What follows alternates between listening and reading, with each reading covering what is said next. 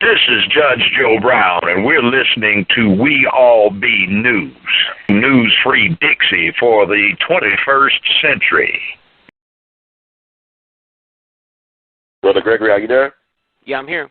Thank you, sir. It's an honor once again to always have you on. True blessing. How are you doing today? I'm fantastic and getting better.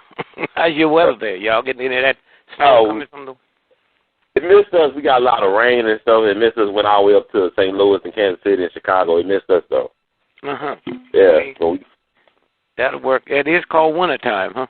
Yeah, it's called wintertime. I was kind of worried about when it's going to come around, but I guess it's wintertime, like you said. Yep. So it's a lot of stuff happened since last time we talked. I mean, it's like, 3 or 4 weeks worth of incredible stuff. So much been happening lately, though. Yes, sir. The case in South Africa, that was a good example of white boy privilege. I mean, there's something about white.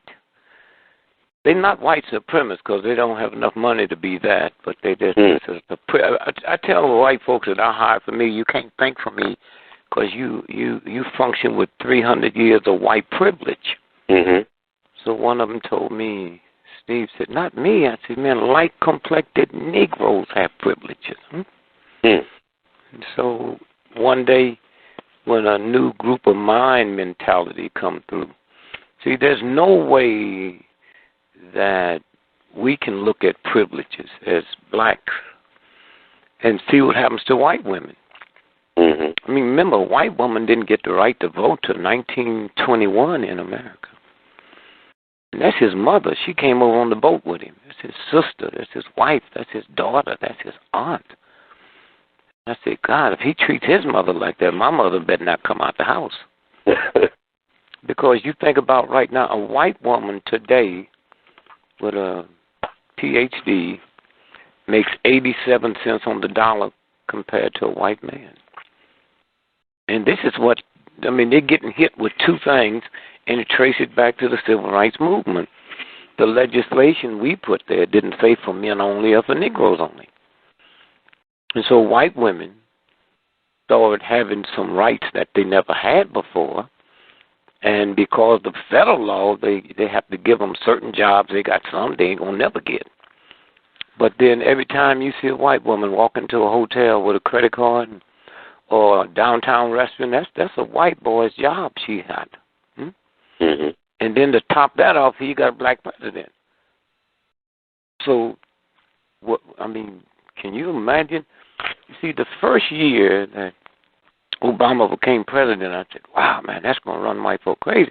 Now, if you said that to white folk, they wouldn't believe it because they don't know that hidden stuff is down in them. Mm-hmm. They don't know that. And so it started coming out. Yes, we're going to make him a one-term president. First, he wasn't going to be a president. Then he's a one-term president. Now he's a two-term president. Mm-hmm. So once I run you crazy, and ain't nothing left for me to do, but just run you mad, and there's no cure for a mad person. They ain't never cured a mad dog. They just take them somewhere and just leave them, huh? And so that's what we going through today. And the whole world is affected by it. Why the whole world sit back and let happen to black folks and women? What we looked at, and now the whole penalty is being paid off. See, one day somebody's going to come on this planet and explain to us that that woman was made by the same universal God as you. And so do you think some order going to stand by and let you treat one of my children better than another just because you said she's not you? And so when you stop and think about, but I can get you to buy into that, but I can get you to buy into the story of Mary. She was, implanted by the universal God. But if you go back to the story, there was nobody on this planet but Adam. Remember the story? Mm-hmm. And then Adam said to God, not to Jesus, because all that wasn't here. Not to the Catholic Church, said, God, I am lonely. And then when the story got wild, is when God didn't say, how can you be lonely when ain't nobody here but you? And I know because I have not made nobody but you. Now, once you get past that, man, it's over. Then if you continue, they said they had 2 sons, Cain and Abel. Hmm? See, they don't even have no girls. It's a whole man thing.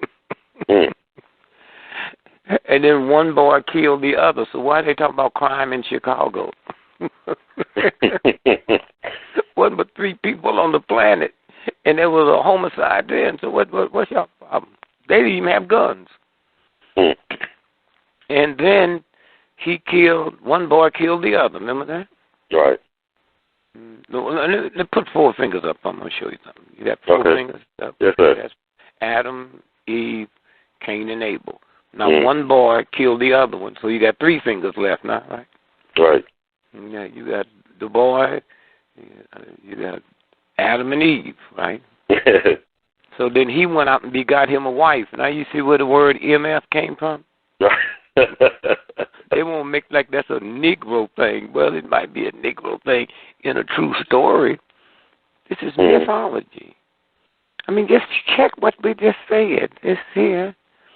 And so when you look today at going full circle, and so when I look over there at South Africa, and, I mean, he gets scared, he runs into the bathroom, and see, again, that's scared of black folks. They scared of white folks, I'm scared of black folks. Because if I do certain things to you or my family do certain things to you, I kind of expect you to do certain things to me, but they can't think like we think. When we came here for the March on Washington in 1963, our friend Kennedy had 4 to 7 divisions of military people stationed in the perimeter around Washington, D.C. Because they, in their head, believed if someone did to them what we have done to us, you wouldn't come here and be peaceful. So that's what that's about. It's that fear of a myth, and so consequently, when you look at, you know, the whole South African thing, that he thought he heard something and he ran into the bed. He laying right in the bed next to her. And he didn't say, hey, baby, get under the bed. That's what I would say. He reaching under the bed to get his gun and run to the bathroom, and the door is locked. What burglar going to burglarize your house and lock a door in the bathroom? And then so he shoots her 4 times. First he said he was not on his blades, so that means they saying the bullets was too high for him to be down on them little stubs, right? And so then he takes that polo stick and beat the door because he ain't got no legs, no feet to kick it. But they said the polo stick had blood all over it, you know. And with all of that, you still got to give him a trial, but you don't have to give him no bail. Let me tell you something, man. If you fell down the steps and your wife was coming up the steps, or your child, and you fell and punched her in the face and fractured her skull 4 times. Okay? Yeah, knocked her teeth out, busted her eardrum, and they still got to give you a trial, but they're gonna let you out on bail. And so they say bail's not a punishment, just to see to it that you show up. Well, come on now, y'all know y'all use bail punishment. And so again, that's the next big movement. I mean, that's mild compared to, you know, you got societies where a woman get raped and the father or the husband kills her. She's disgraced the family. And so all of that now we're about to see that whole thing change. And I don't know if men can handle it. I do not know if a man can handle it. That's like black folks. I'm so used to y'all being in your place. I wouldn't know how to live without a slave. And why y'all going to make me? Yes, sir. You know, And you just think about the stupidity. You know, slavery is one horror, but to be enslaved by somebody stupid is another horror. For instance, I can't drink out the same water fountain with you, okay? Mm-hmm. I can't use the same toilet as you, okay? Mm-hmm. I can't eat in the same restaurant as you. Now, you the slave master and I'm the slave. I'm your house boy, my wife your house gal, right? Mm-hmm. When she in there making them biscuits, man, and I'm in there fixing up the pantry and everything, am I stupid enough to believe you got a separate toilet for me in the house to go to? Mm. You have a separate toilet in your house? Or am I stupid enough to believe my wife has a separate toilet? You got a separate drinking fountain for me in your house? And so that just shows you the ignorance. When George Wallace, the ex-governor, deceased, of Alabama, when he's telling them white folks, no, we inferior and the races shouldn't mix, and he get on a plane and fly to New York. What kind of plane was he getting on? When it wasn't a private plane. Yeah, right. So that's all of the craziness that type of thing bring, and eventually it will bring you down by itself. I was down in Mississippi. This white dude standing on the corner, man. We was bringing turkeys in, and we had a big, huge truck with an Illinois license plate, Land of Lincoln. This white boy threw a brick at the truck, man. And I ran over to the side because there was some folks in there might have killed him because there wasn't some black folks talking about turning the other cheek. Mm-hmm. I said, don't move, man. Don't move. Look in my face, you know. There's some folks in that car that might hurt you by you throwing a brick at their truck. So all I'm asking you to do is stay where you are. When I move, you move. When you get around that corner, run. And he did, and I saw him later. That night we were going somewhere, and I saw him, and I walked over and said, man, I'm the guy that told you to run. And I just need to ask you, man, why would you throw a brick at a truck? I mean, you that angry at black? No. The license plate, Land of Lincoln. That's what Illinois license plates have, Land of Lincoln. Mm-hmm. So how can a white person be angry enough to throw a brick at a truck that has a license plate with Lincoln's name, but they won't get rid of the $5 bills? His name and his picture on it. Huh? Yes, sir. You say, wait a minute, hold it, bro. You know? and so when you look at that, dealing with the news that came out of South Africa today, you know, and then it just shows you how when you get trifling and let that whole craziness of fear and attitude reach past you, then look at a career. Here's a career that the whole world was looking at because it was a tragedy. Born with a handicap, a deformality, and had no legs since you were born, and rise all the way up to the top and make the Olympics. Huh? That's the epitome of manhood and sexhood. That's why, Olympics never was for women at one time. When the movement started catching up, they had to start opening up different things. Mm-hmm. And so consequently, here now, from its background, it looked like you ever had no big money till now. Mm. And all that's gone the way. And I'm so glad that they find, no, I can't say it because that's wrong. She was a beautiful white woman. That's hard for me to say that because I don't see that many pretty ones. Yes. I've been looking at gorgeous sisters, but she was, Mm-hmm. I don't know what she looked like when the makeup was off, Right. The reason I said that every time a white woman gets killed, you hear them white folks on the news saying the very stunning, the very attractive, the very gorgeous. I said, have a white boy ever killed an ugly white woman? Or do they become pretty and gorgeous after they dead, And so what I would hope would happen out of this here, I mean, he led the world. He led the world on handicap, persevering, and people coming around and helping and made it all the way up to the top. And even those who will never make it like that, they can feel good because here's one of their own. Even if I was black and handicapped, I'd say, wow, maybe there's a chance for me. Right. So his part's over now. Would I like to see, because of her death, women and decent folks around the world rallying behind the no bail? Not behind, just behind no bail. And you have to believe what happens to women. He can get by with it because he's a man, but it's hard to believe if she was a man. I mean, if she was the woman and did that to him, she'd be under the jail. Right. And so consequently, a woman going to bar at 4 o'clock in the morning get raped, we won't know why she in there.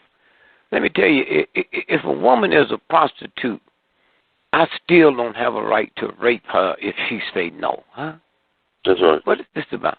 Well, what was she doing in there? Do you see that you see that that leather outfit? Well, man, if I'm in a bar at 4 o'clock in the morning and some dudes rape me, you ain't gonna hear nobody saying, "What was he doing in there?" Huh? Right. Well, I mean, she's a woman. Well, you see prostitutes out. You pick up prostitutes in the street, and they get an exemption, huh? It's okay for them to be out long as she's out there to service you, huh? Mm-hmm. And so as we sit and hope that the one good thing would come out of this would be a great woman's movement, especially if that little girl in India, Pakistan, right, guys walked up to her and shouted, and only as the grace of the decent people to give their services and their prayers and their help, she's pulling through it. And so behind that, if the women would just rise up, you don't have to. We've already proved to you don't have to be doing nothing. Mm-hmm. If it go down like that, she's laying in bed asleep. And he heard something. And all of that ended his career, ended his life as he knows it, and ended her life. That's it. Her life or her career is over. And then the family have to listen to all of that male stuff, that man stuff, right, of something that don't even seem right. And I can't remember the little girl singer that committed suicide in Arkansas. Mindy McCree or something. I think her name is like. Yeah, but the reason I'm bringing this up, I never heard of her. But she killed her dog on the porch. First killed herself. You know that. Right. Yes, sir. Have you heard anybody complaining about killing the dog? No, I mean that's just Mike Vick. No.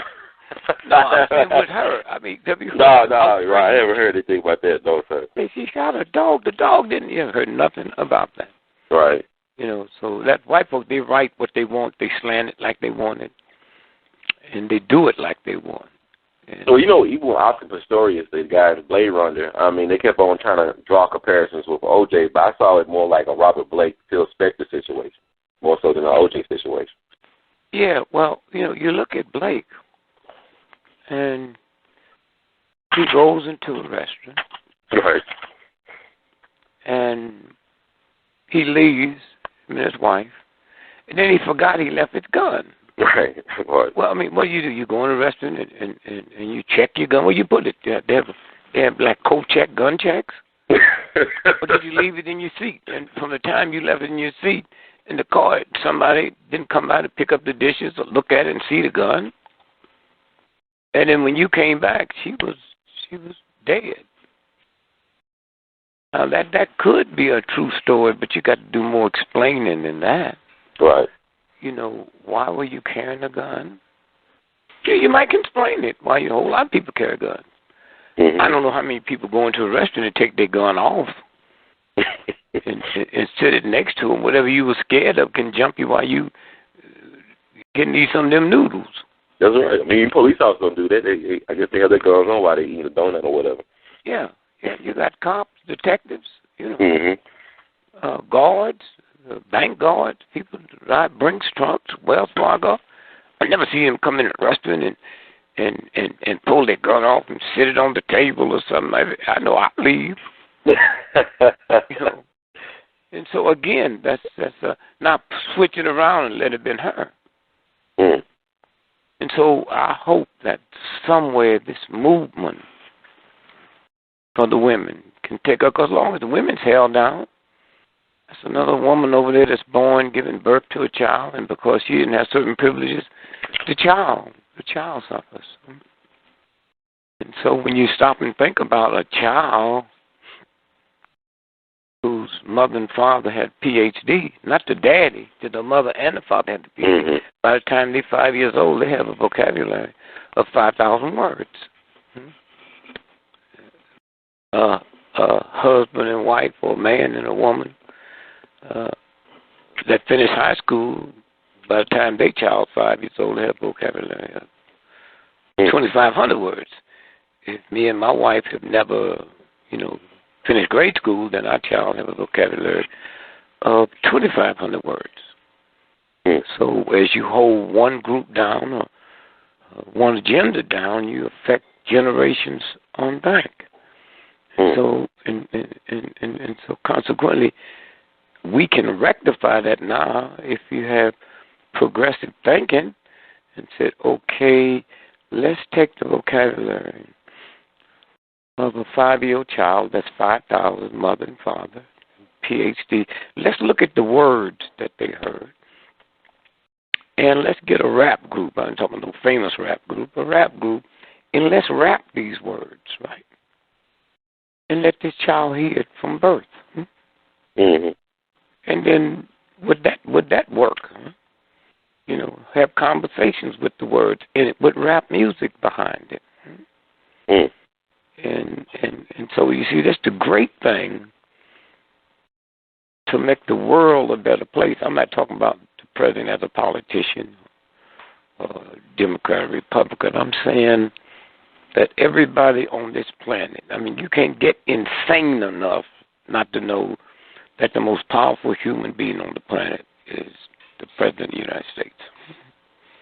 The mightiest nation on the planet won't be in a few more years is the United States. So what does that mean? That means every child, hear me, every child, and we even help the Republicans, the black Republicans, with what I'm fixing to say. Every child on this planet, white, is 4 years old. The only president they've ever seen of the United States is a man look like me. Mm-hmm. All over the world. You don't have to teach nothing. Television do that. Every 4-year-old child in their memory bank, you can't erase it. Mm. Looks like me. They don't know there's been white ones. So now he wins a second term. So that means in 4 more years, every child that's at least 8, 9 years old, 8 years old. Huh? Mm. See a president, the most powerful nation in the world, a black person. Think about that, man. That is. Mm. And then if they get a white president after him, them 9-year-olds say, wow, where'd they come from? How did America get a white president? Wait, Jesus Christ. Mm-hmm. They'd be sitting there saying, wow, what happened? And so this is why shows like yours, this is why they got to come up with information that they never had to come up with before. Mm-hmm. This is why there's 40,000 internet radio stations, that's just like you have. That's just in America. Mm. So, you go back to when you wasn't born, man. And when you was 1 year old, we didn't have nothing but NBC, CBS, ABC, and they was all run by corrupt, heathen thugs to promote white supremacy. And so, my grandmother, if she was alive, listen, she think white supremacy is the Ku Klux Klan. Ku Klux Klan, it couldn't be nowhere around real white supremacy. They killed them quick. Mm. What Hitler did. Hitler didn't declare war on Africa. He declared war on white folks. Mm-hmm. I'm not just talking about Jews. He declared war on Germans. when he's talking about the perfect race, he wasn't talking about getting Negroes off the planet. He's talking about them misfits over there in Germany. But he broke the British Empire, right? He broke the British Empire. Yeah. You know, so they wasn't nothing but a bunch of thugs and hoodlums and misfits. They just didn't know it. Mm-hmm. Because so many of them was. They just thought they was normal. And so when you stop and think about, you know, and then when you hear people hear the truth, they get angry. Mm-hmm. Angry. Wait a minute. I mean, you got people get angry because the doctor tell them the truth. Yo, you got cancer. You got the worst form of cancer I've ever seen. Now, they're woofing on the doctor. They're not going and looking in their refrigerator or check their house for what kind of fumes they got, you know. Mm-hmm. And so in the whole world, so I'm saying with radio stations like yours, and you ran that jingle piece, that answer, all over the world, man. They pulled into that.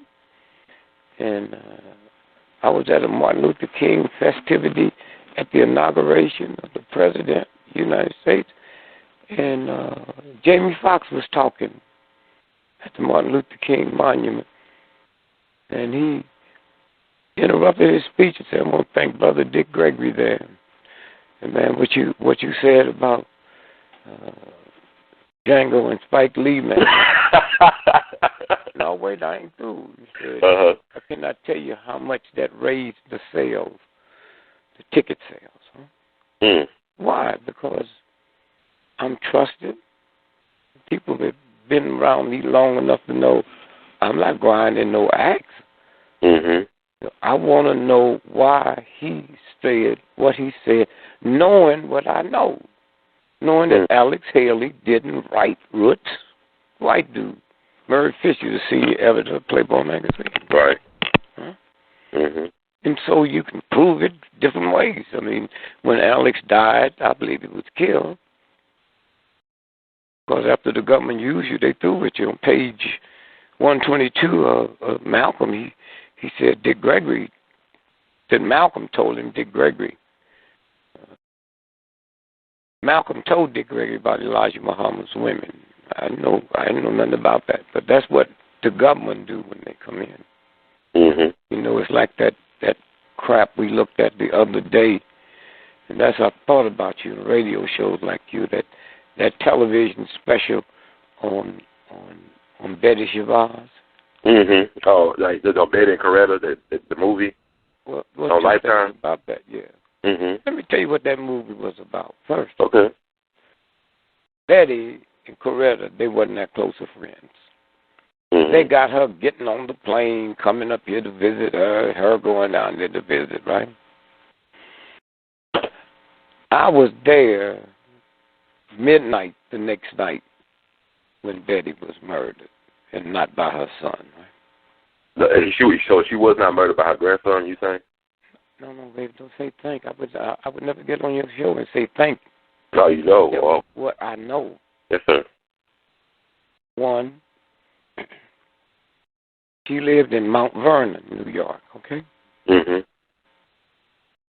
The movie showing her living in New York City, the news conference that next morning was the New York police and the New York mayor to convince people all over the world the legitimacy of this. Mm. Did you hear me? Mm-hmm. They took her to a hospital in New York, right close by Mount Vernon. Now, my son was one of the financial analysts for the city of New York. He couldn't tell them white folks how to spend $34 billion. They couldn't touch it till the analysts had regulated it. Mm-hmm. And so the hospital, the financial analysts determined the money each hospital. So that was the hospital. He was there. He moved in there with his staff to make sure. She had a tracheology in her throat, tracheology in her throat. You can't talk when you have one of those in your throat. So that scene where Coretta came to the hospital and they was talking, that's a lie. Mm-hmm. Mm. Her son was 12 years old. That thing they showed us in the movie wasn't no 12-year-old boy. Mm. And I don't know if you're aware, that ran all day Sunday, gonna run all week. Do you realize the next day after it ran over and over, they arrested that boy on a plane, getting on the plane? Iran, yeah. Iran to music. Did you see that? I heard about it, yes, sir. Well, here's why they do that. They just showed you this criminal, this thug, and then the next day get arrested. So the first thing you think, oh, he's always in trouble, huh? So now, let me tell you what happened. I was with a group of demonstrators in, where were we? We were in Detroit demonstrating against, did you hear this story, man? A guy, his wife, hold it 1 second, 1 minute.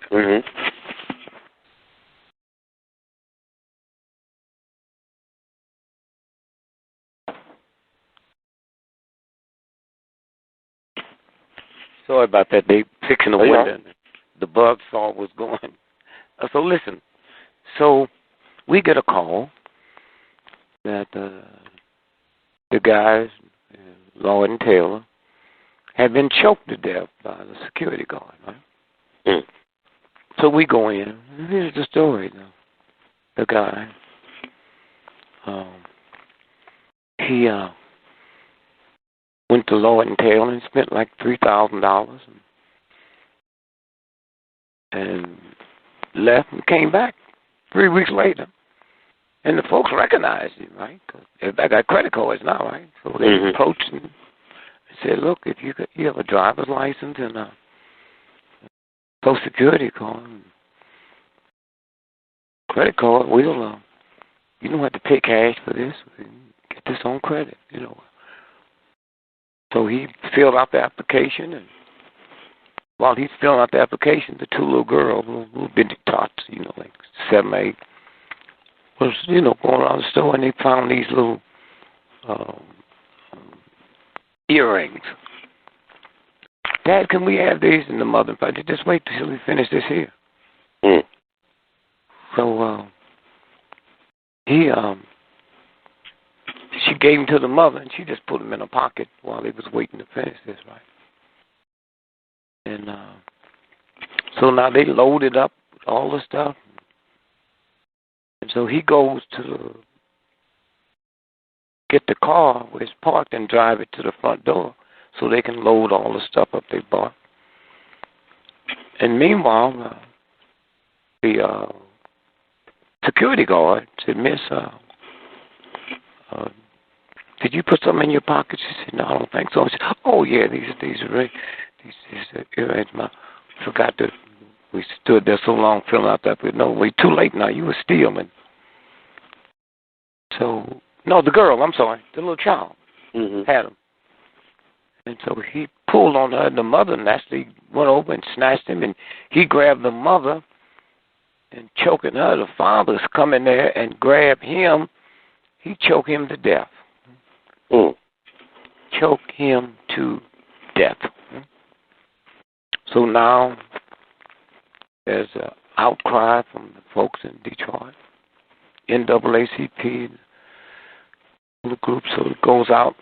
So we all come in. Martin Luther King III, Joe Madison Radio, Al Sharpton, Urban League. We all go in, and now the town is upset because the brother is calling for a march on day after 4th of July. We were shocked that almost 70,000 people showed up. So while we sitting there, the mayor and the police chief want to talk to the group before we make a statement. So they sent a black policewoman in, supposed to be number 2 in charge. And she says, Mr. Gregory, can I talk to you? I always admired you. I just want to, just for y'all's own protection, we have videotape of the whole family shoplifted. So I said, well, miss, we're not here dealing with a theft. We're dealing with a murder. We'll deal with shoplifting later. Right. Oh, I just wanted to just let you all know Dr. King, the son is here, and Al Sharpton, and and a lot of top black celebrities. I just didn't want you to be embarrassed. Oh, no, we're not embarrassed. We're embarrassed over what had happened to this man here. So she leaves and comes back an hour later. I had informed everybody what she told me. Mm-hmm. So now the police chief and the mayor comes in.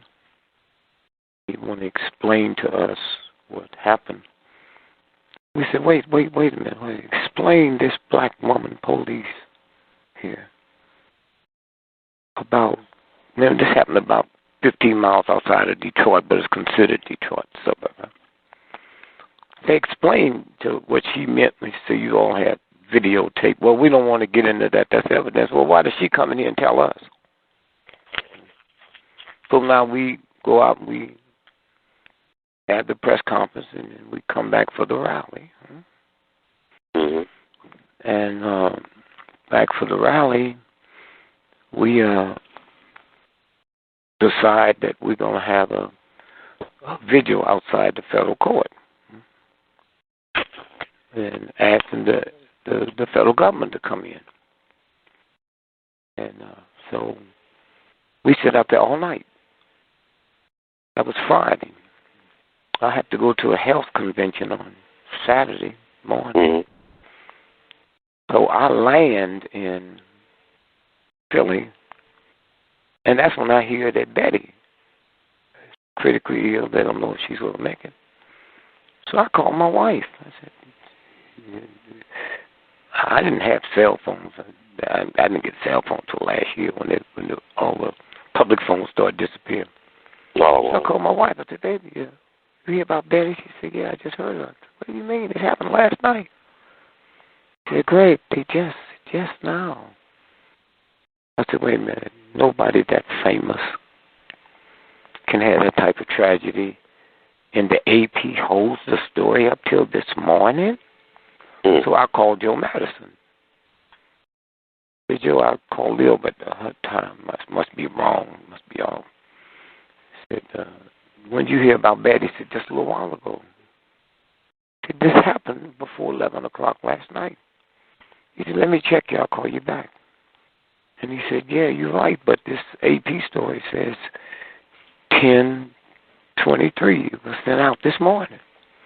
I said, well, something ain't right about that. Now, I knew Betty well, and I knew she didn't smoke. I just thought she was cooking something in the kitchen, and something blew up on her. So now I said, wait a minute. So I called some people. And I said, well, I'm going to see if I can speak early. I'm going to jump on a train, go to New York. So I did. Got off the train, took a cab to Mount Vernon. Got there.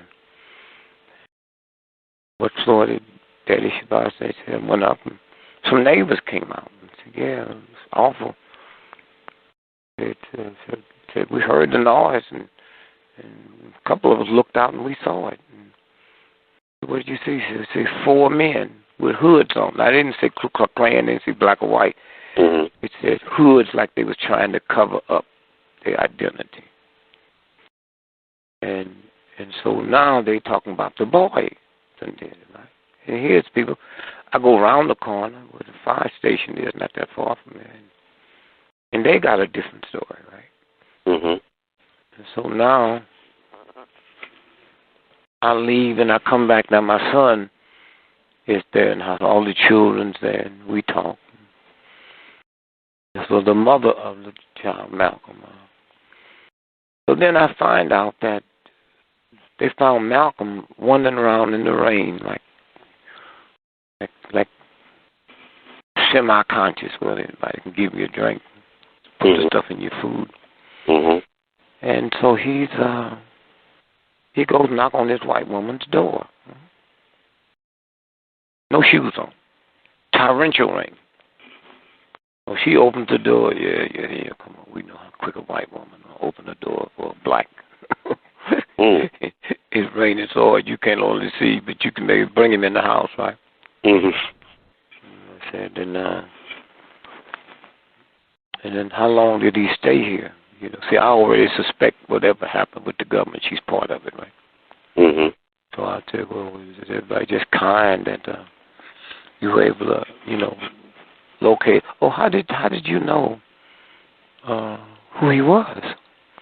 See, I saw it on TV. Now, I know the news didn't get released Mhm.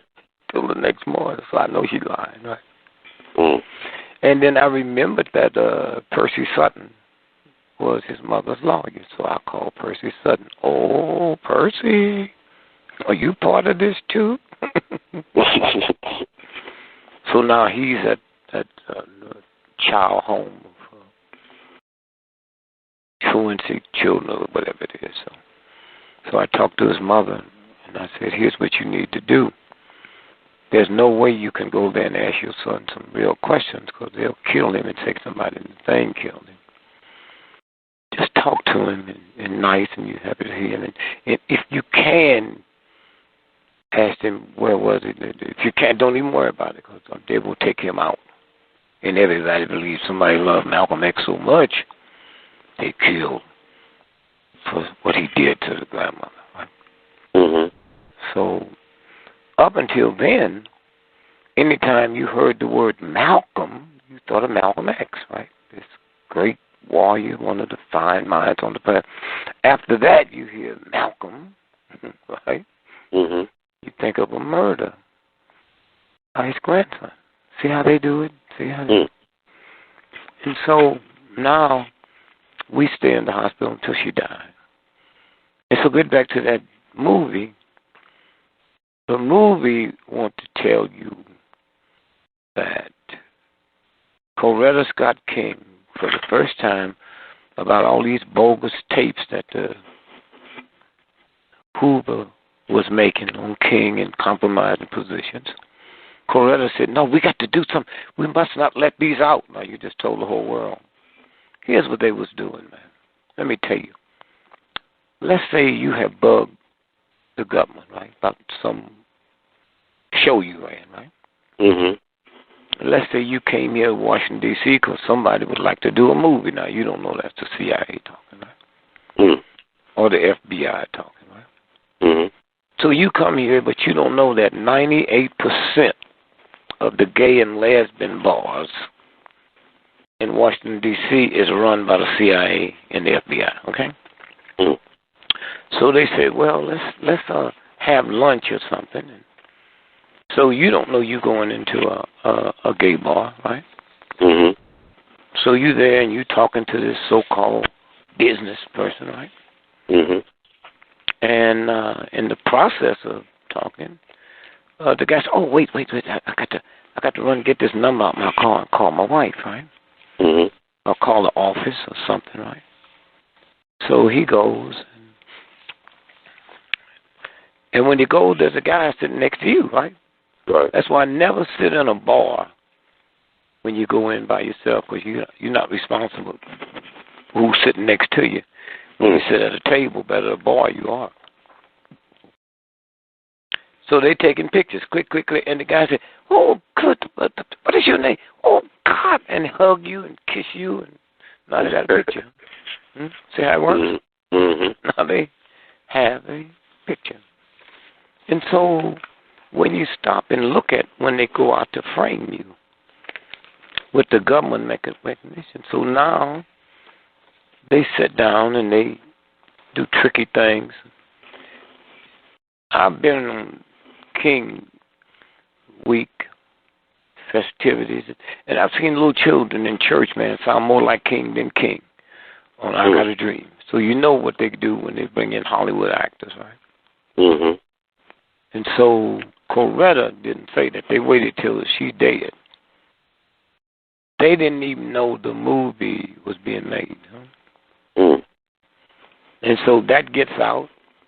And if my grandmother was alive, she can't separate Hollywood from fiction, although this is supposed to be a true story. Mhm.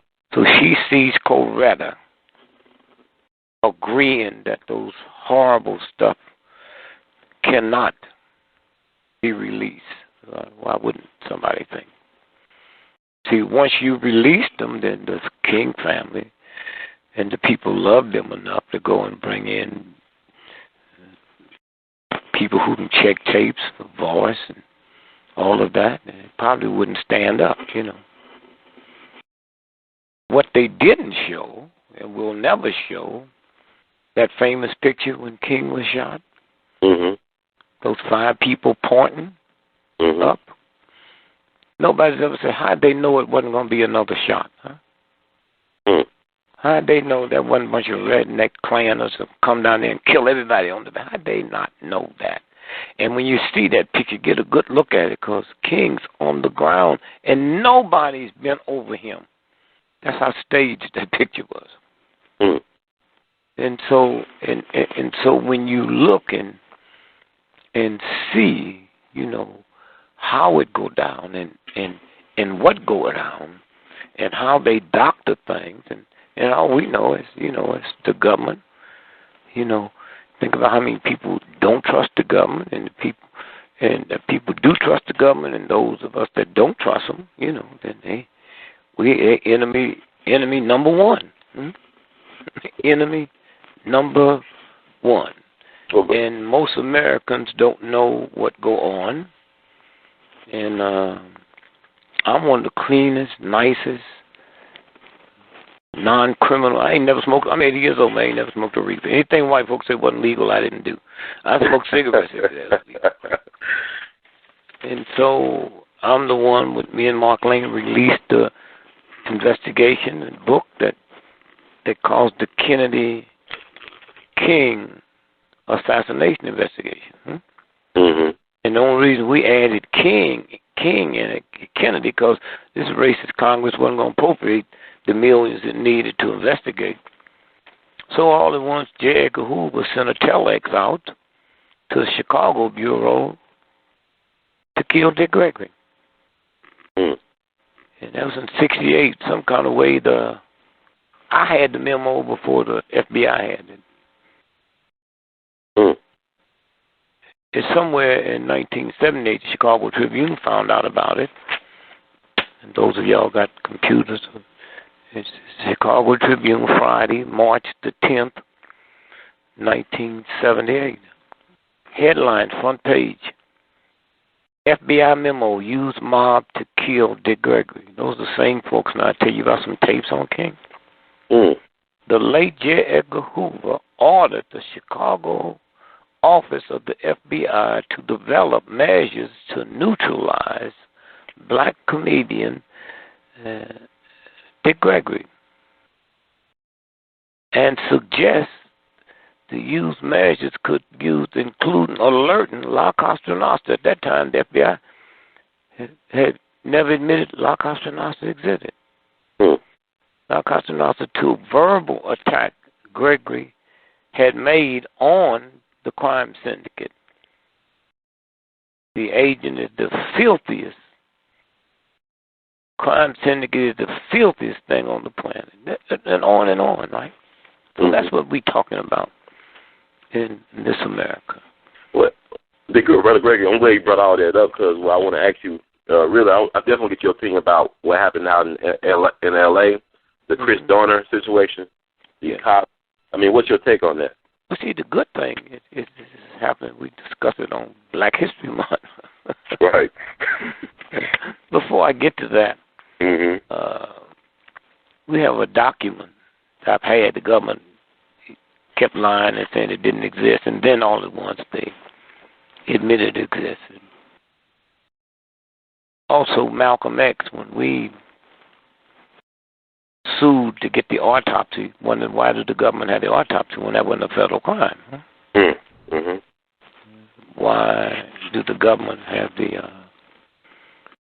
So we got the autopsy and we found out why. If you remember, when Malcolm X was in the Ottoman ballroom speaking, somebody threw a smoke bomb in the back of the room, and while everybody was stampeding, trying to get out and screaming and howling, 3 blacks ran up to the front of the stage with guns and fired up at Malcolm. Remember that? When we get to autopsy, all the bullets in Malcolm is going down, which means the CIA and them didn't trust them Negroes enough to give them real bullets. And then the CIA have admitted now that they did rent the Ottoman ballroom 2 weeks before Malcolm was in. That's where they cut the panels. And they didn't say this. I'm saying that's where they cut the panels in the wall. And so it's been going on and on and on. So in King was shot April the 4th, and 1968. Well, we got hold to a doctrine, subject after action report. It's after the government go in and do something, then they make a report of the whole thing. Civil disorder operations. Lantern Spike, that's the code name. Lantern Spike. When did they go in, the 111 military intelligence? They went into Memphis on the 28th of March. Now, King didn't get shot till the 4th of April, and they came out April the 12th. They went in, set up the dirty work, and then stayed there long enough to see if anybody else they had to kill that might have seen something.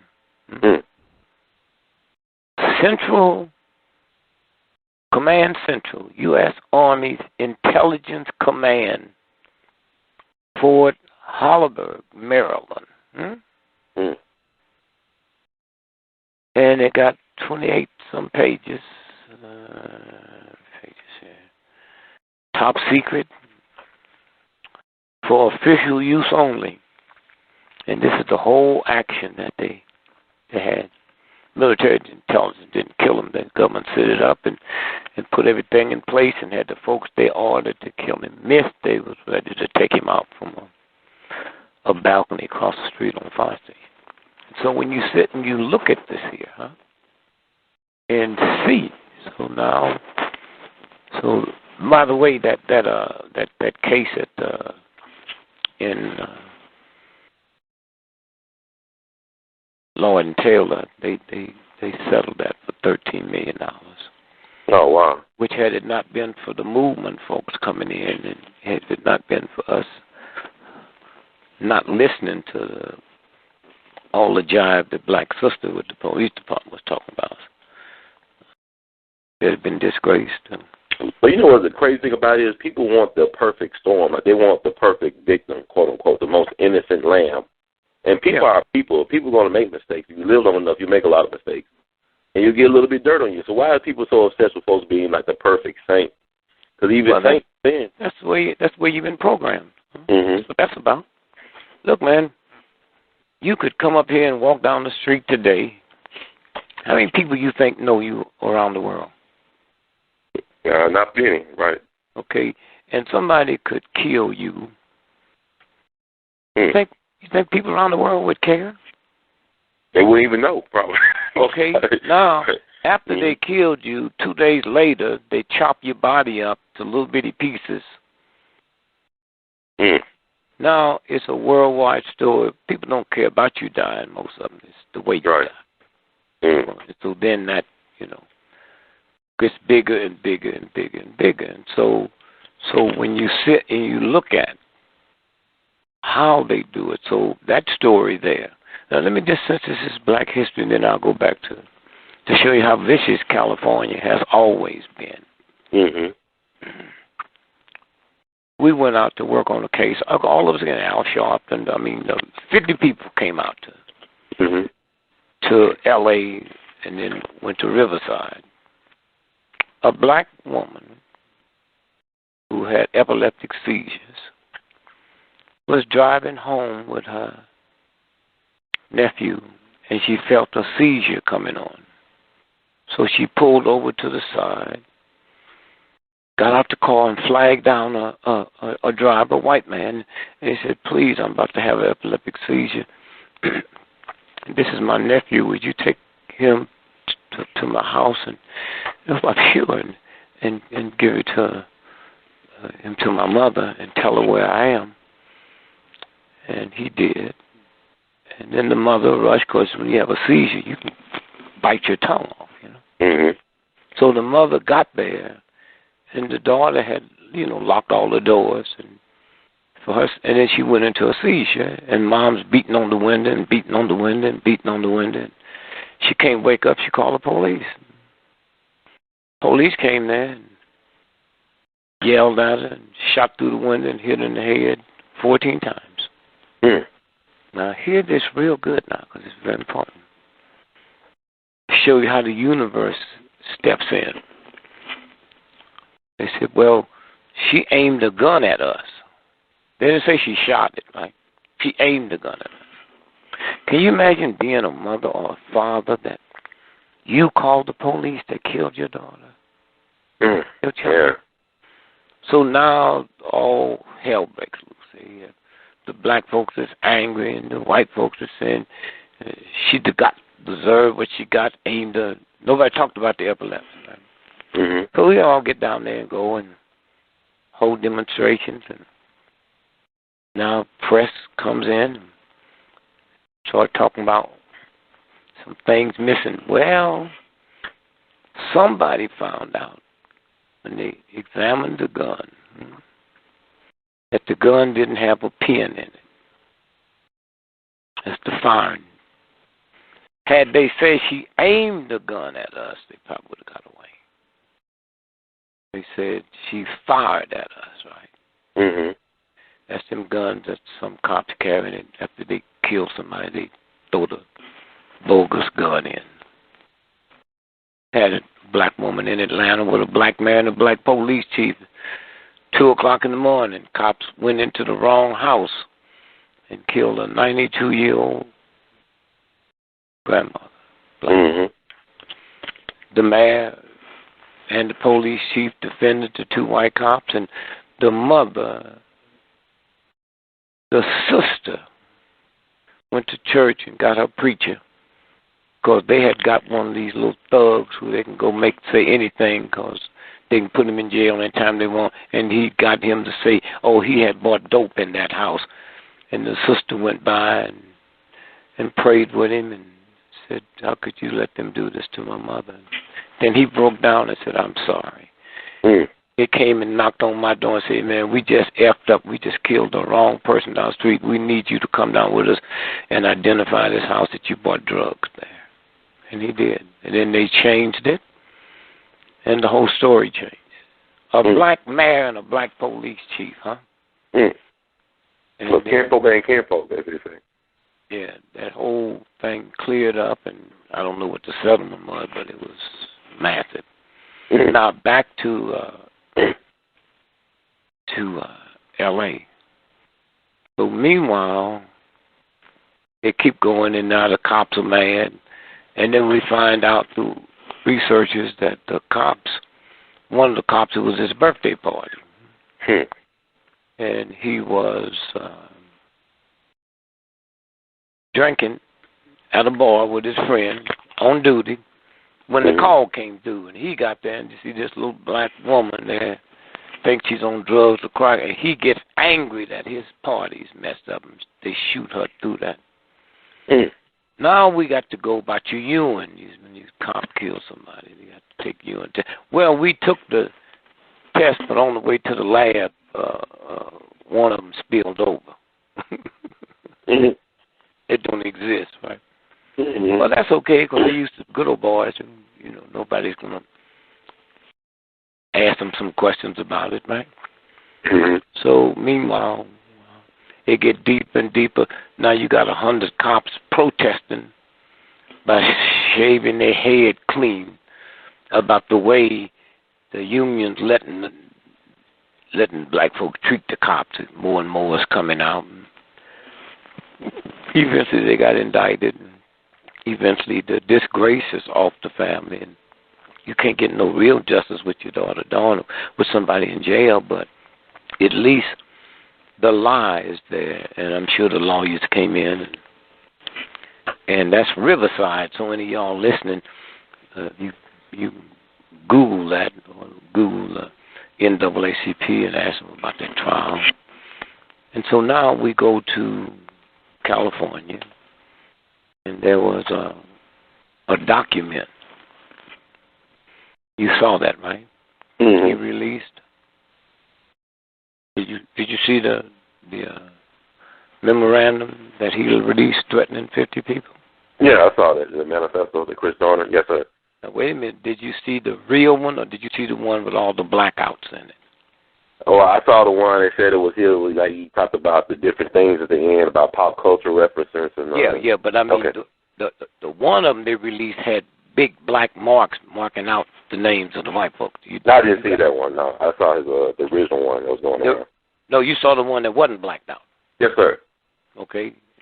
So now, when you read that, and after the show, you need to go back and read that again. If it wasn't so long, I'd ask you to read it to your folks. Mm-hmm. And you see something. One, there's 2 people wrote that. Mm.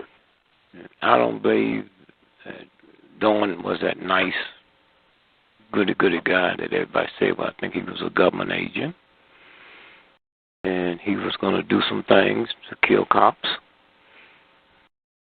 I knew that 6 months ago they're going to start killing cops. All this here is to get rid of the gun law. Okay? Mm-hmm. And white folks don't seem to think that you ain't going to get no legislation. They don't seem to know.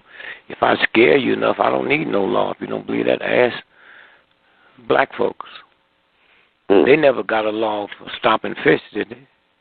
Mm-hmm. They just scared black folks enough. We tolerate. You got black folks in some neighborhoods. They got so scared they said, "Could you send the National Guard in?" I can't find no more whiter outfit than that. That's that white boy's summer job. Mm-hmm. You know? And that's what they fixing to do. That's what they fixing to do.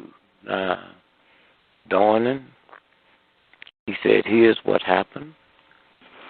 You know that cop that was brutalizing that person Dawn was talking about, you know that was a white woman cop, right? Mm-hmm.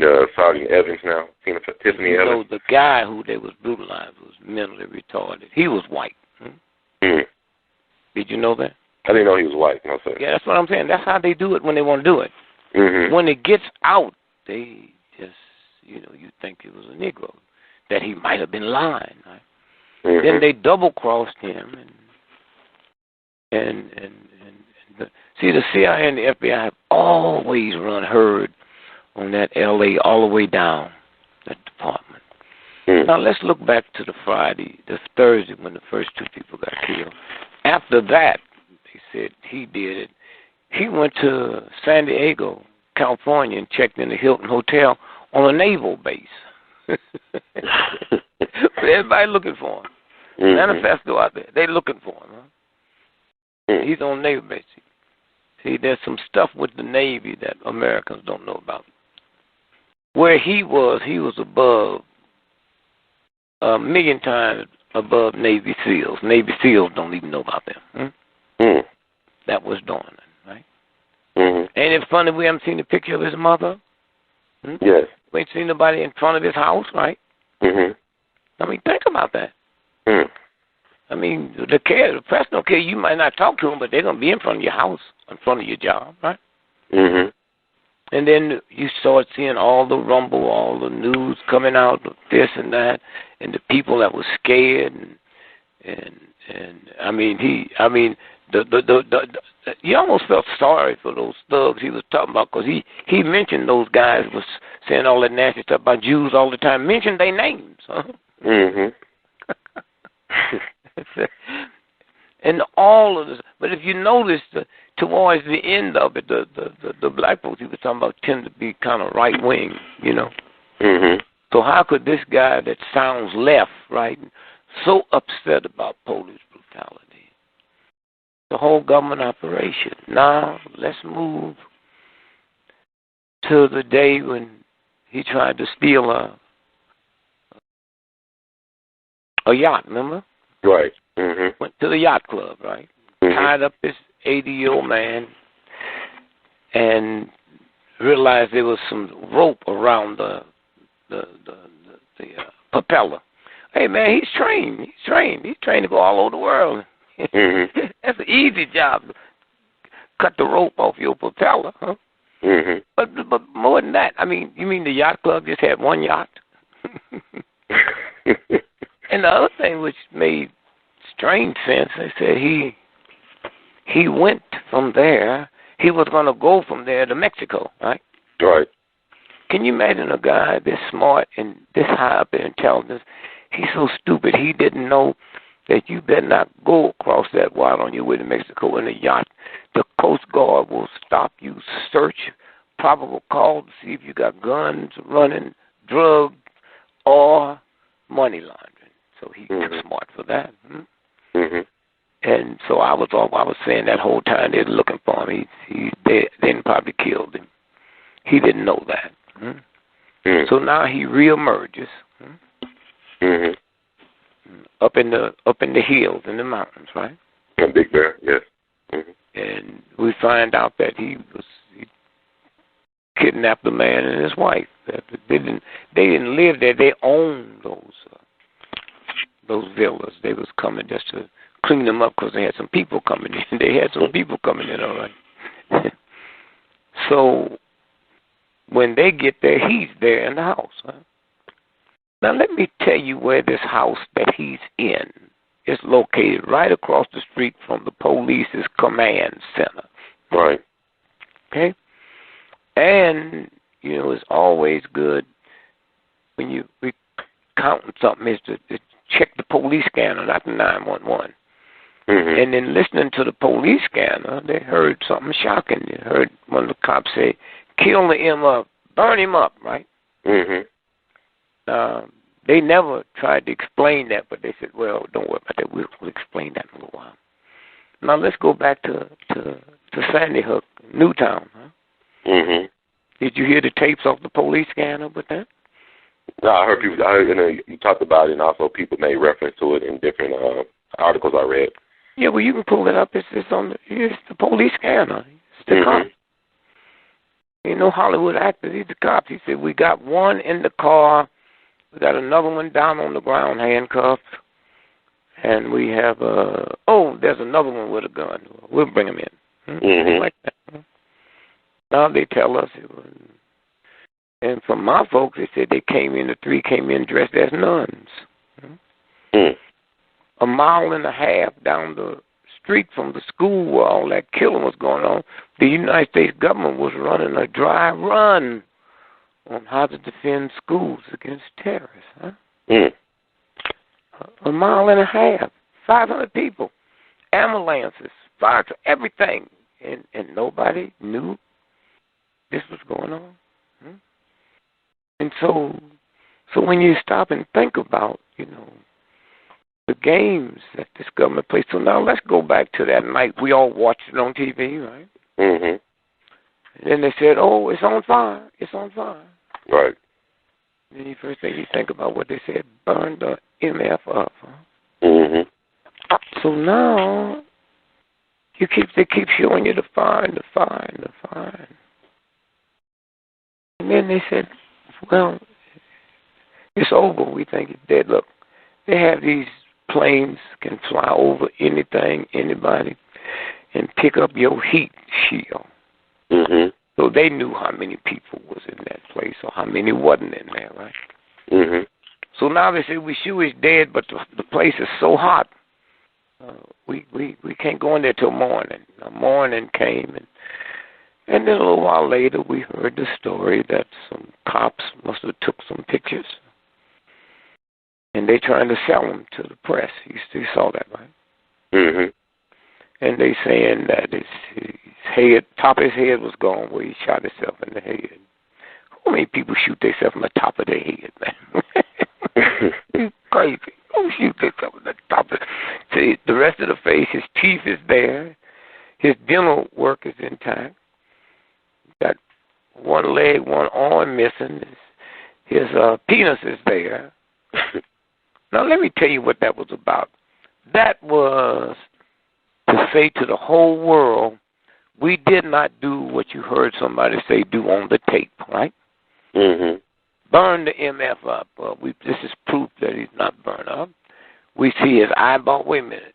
Y'all told us that fire was so hot, y'all couldn't even go in there. Right. Till the next day. Now, you tell me you found all of this? That's like a couple of days before they found his driver's license in San Diego. Did you see that? He left his driver's license, his police gun, his police shield, and his badge. Say, wait. When cops get fired, don't you take their gun, their shield, and their badge? Come on, y'all. Come on. What, New York Times, Washington, y'all going crazy. Yeah, right. What is this about? Mm-hmm. Huh? And look, it ain't over yet. No. This is a huge operation. Mm-hmm. And you're going to see some mess because they after the guns. They do the same thing Hitler and them Nazis did. They scared them Germans and made them turn in their guns because what they fixing to do in this country, they can't afford to have people with guns. And then right-wingers, they've been knowing about this plan for over 50 years, right? Mm-hmm. And so this is what that was about. And you sorry for the families, but it was people saying, well, why Negroes is funny, man. Right. But why did he have to? I can understand it, but killing innocent. Wait a minute, did y'all make it? Because you know there's a 10-year period, and every other month some white boy walk in the post office and start wiping people out. Mm-hmm. You haven't heard of that in about 4 years, right? So then they must have fixed something, right? They said, well, wait a minute. Each of us got the same pattern. They're all white. They all been abused. Mm-hmm. And so now we better fix this, okay? I didn't hear no Negro saying, how come they had to kill innocent people? What gives you the authority to comment just on black things? Right. Little black child walking around with their pants hanging down. Well, the mafia you ever looked outside your house or drive around, see a door pushing on the corner? They pants ain't hanging down below their butt. Them cops that's help fight dope and shielding folks, they pants is nothing. The blade man, he didn't have his pants hanging down below his butt. What are y'all trying to say, man? The mafia is the most immaculately dressed people on the planet. Italian tailors, man, make them up. So why y'all stop being crazy and just leave stuff alone? Because you're not. Well, anyway, the girl. Is it funny that when all that major shooting happened one day after another, it happened the day that the Senate opened up hearings on gun law. Every day big Hollywood production. Yeah, every day you picked up the paper. It was a DA shot in San Diego, and then the little young black girl in Chicago that was here. Right. Washington, D.C. Now, here, we need to put a pin there. Who cares publicly about a black person getting killed in Chicago? And had she not been here at the White House marching, the president didn't know she's here. Right. Just another man.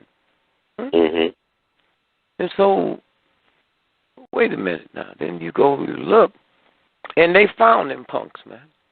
2 days. So wait a minute. And black folks is not mad or women. How come if you're just an ordinary black person that had never been to the White House, right, and they can't find you? No, we're going to put a stop to this. Now, I lived in Chicago for 25 years, and where that happened was 4 blocks from where I used to live, Hyde Park, Kenwood area. So, 6 blocks from where the Honorable Elijah Muhammad lived. There was no drive-bys have ever been permitted in that neighborhood. Okay, none. Now here's the story. They say she was standing at the bus stop with a group of people. Didn't say she was with them. A group of people waiting on a bus. When they arrested these guys, one of them had a hickey on his head, big as my knee. I wonder what kind of whooping they gave him. And here's the story. They drove by, and they saw this group of people. They thought it was a gang. Now, you can't tell the difference between gang members and women and men and old folks and young folks standing in the bus stop. Now, hear this. They drove around, got out the car. Did that sound like a drive-by? No. And came back. And that's when they killed her. You mean you shooting across the street, and all you can kill is one person? Was she a marked person? Is that part of the information around the world? take the guns away. And then the day that the head of the National Rifle Association, that's when the dude in Alabama killed the bus driver and took the 6-year-old boy. And the whole time the hearing was going on, this was going on, Equal News. And then the hearing ended that night, and that's when they released the boy that night and killed the guy. They had drones up there. Panella and all of them was investigating it. They said, wait, who is this guy y'all killed? Who is this guy? Who is this? Wait a minute. They had soldiers. They had military folks there. Wait a minute. It's bigger than they telling us, huh? So that's the game, and that's how it works. And so you have that whole internal struggle going on. And so now you got the Pope. And are we gonna have a black Pope because of this? Are they gonna bring in a black Pope now? We had one before. We had 3 of them right before. Oh yeah, we ain't talking about way back then. You had 3 black Popes. Yeah, you had. You had that. See, you cloud it when you tell my grandmother about this one and tell about the other ones. So you give her something that's fresh that she can tap into. Right. I had the document that took the Pope down, I guess 18 months ago. It's just circulated out there now. All you got to do is punch up the Vatican, the dark side. Vatican dark side, okay. And it's about the crusade never ended.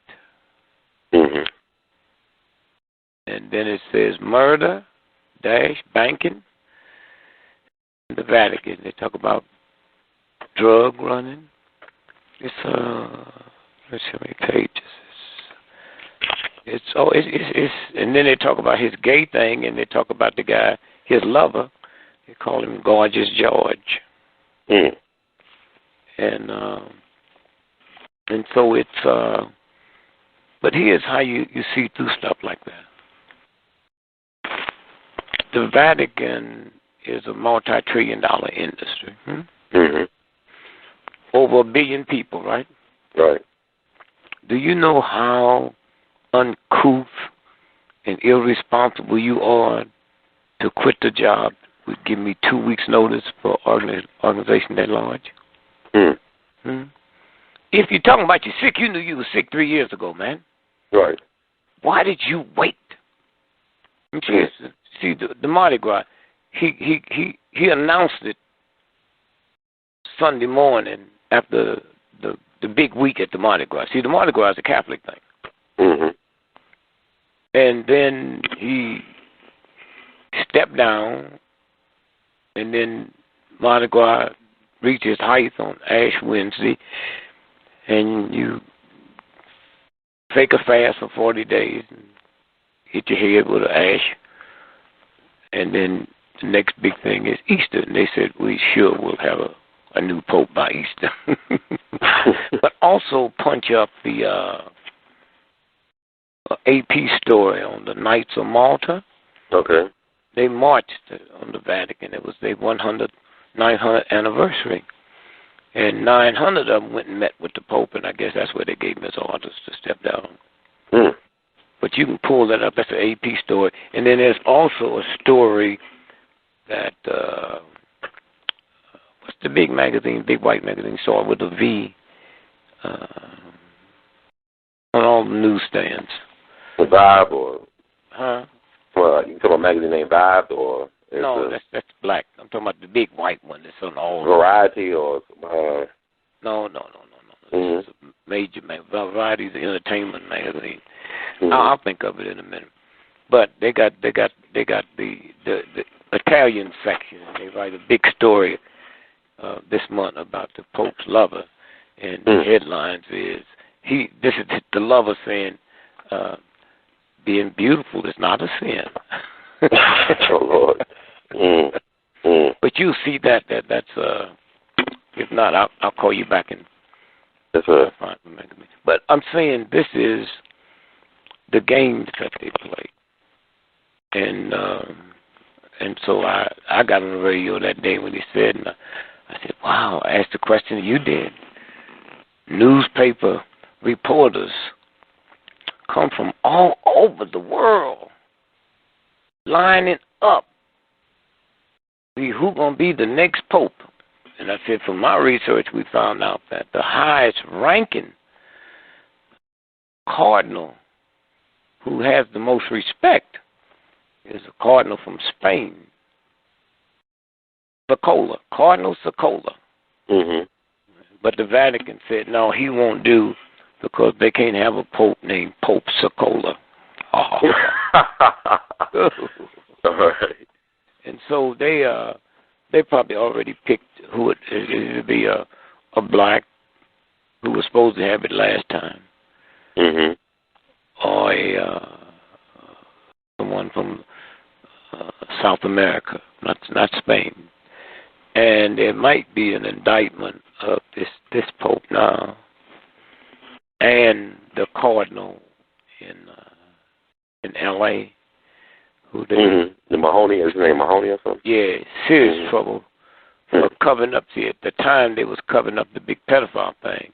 That this pope was a cardinal in Germany, and him and Mahoney was assigned to handle that, to keep the cover-up going on, all that to come out. And Pope John Paul knew about it. He assigned him, right? I mean, yeah. So he's not that much of a saint. Yeah, no, they gonna bust his same thing. No, they gonna stop that anyway because he's Polish. Do you know when he became the first Polish pope in the history? 1.5 million white folks left the church. Is that kind of outrageous? So it's so much going on now, and it's kind of, nothing surprises me, but I did look a little surprised about the London Guardian, the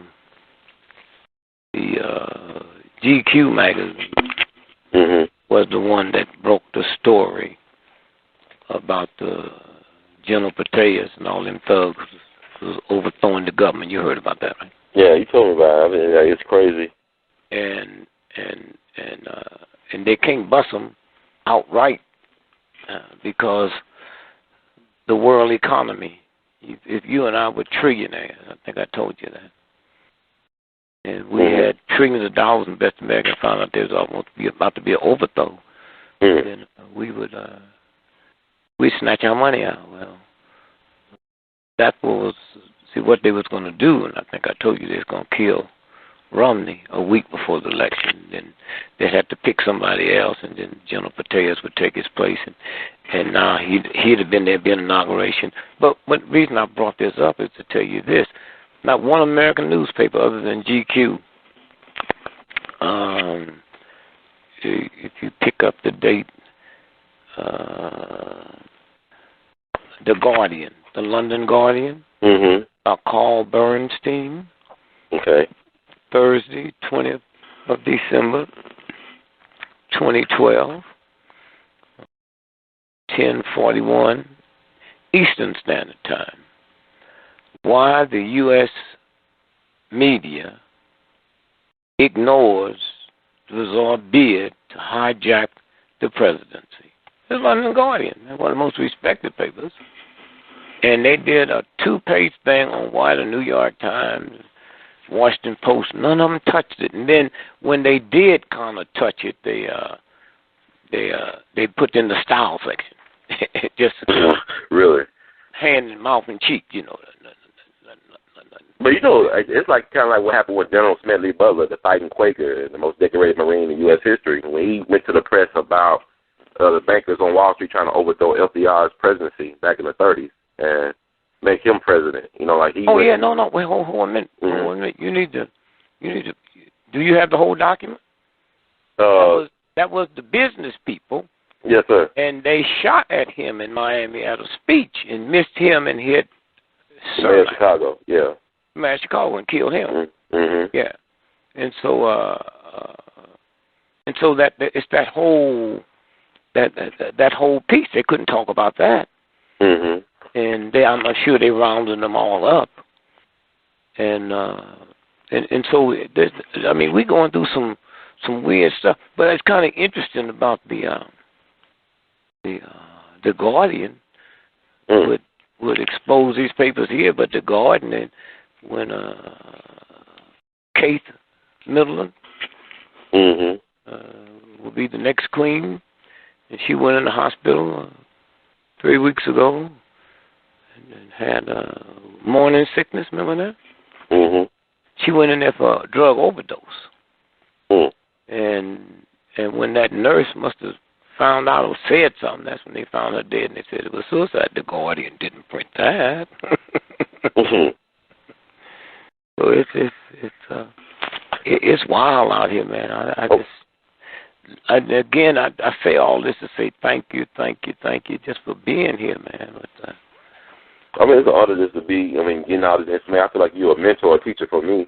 And I just want are you confirming that Chris Dorner is dead? You feel like he's dead after that? I think he's been dead. I think they killed him after the first day or before that, That's, so you believe he killed all those people, or you think that was a setup too?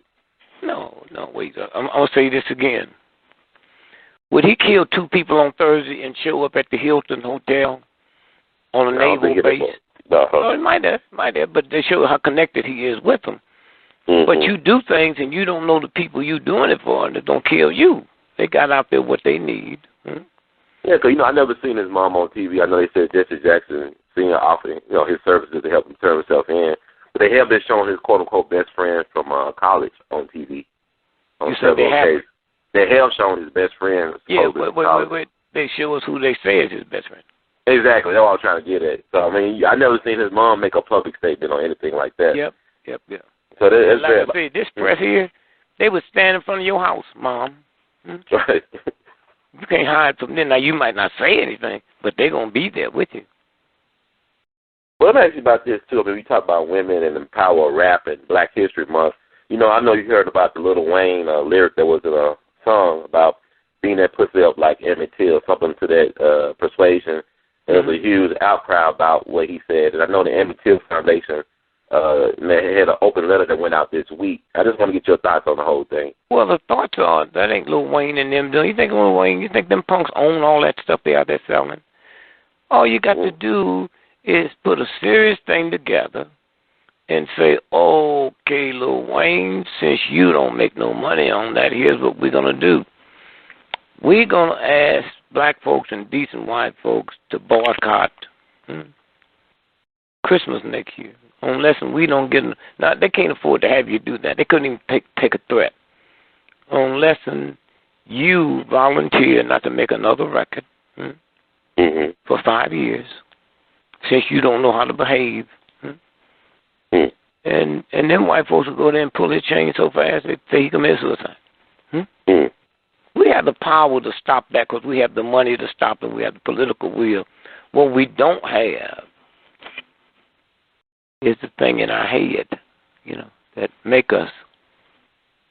First, when we understand that we as African Americans do not live in a community.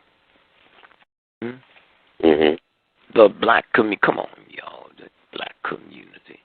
Communities where you control the cops, you control the education, you control the banks, you control the business, I'm in Washington, D.C., where black folks is in the minority, right? So if the government was having a minority business meeting today, that shouldn't be nobody sure but white folks, right? Right. Since they in the minority in Washington, D.C. And so, no, you can handle that. We can handle it. First, we got to plan it and say, okay, here's how we're going to do it. Let's send messages. Let's 1 day a week. You pick the day. It's going to be on your honor. We're not going to drive our cars. If you got to work, you got a budget to take you to work this day and this day. Oh, they would listen then. They would listen then. Don't let that Lil Wayne money come in the black community. Huh? That's the same people runs that same ones that killed Michael and Whitney. They said, well, Whitney drowned, but those of us that knew Whitney never took a bath in a public toilet. Public bathtub, okay? Okay, so how did she change her mind that day, right? And so it's just the games. What about Okay, I'm sorry. I didn't mean to cut you off. About what? Oh, I'll ask you about the Jesse Jackson Jr. situation. This is a case of the sins of the father, chicken come home to roost, or what's your take on Jesse Jackson Jr. and his wife situation? You really don't know. I thought something was kind of weird that happened yesterday. Not yesterday. It happened the day before, like Wednesday.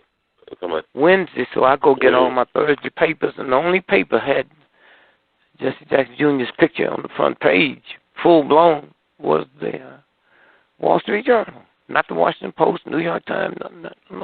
And I said, I wonder if they putting it on the front page because they're so angry that he do his Wall Street thing, And so, it's sad, I mean, what he's been through, the torment and the torture, and nobody mentioned drugs, but that don't mean drugs wasn't involved. Nobody mentioned alcohol, that don't mean alcohol wasn't involved. That goes along with depression, And just thank God if he can get his strength together, and Bill Clinton gave everybody a page on how to do it, just smile and keep going.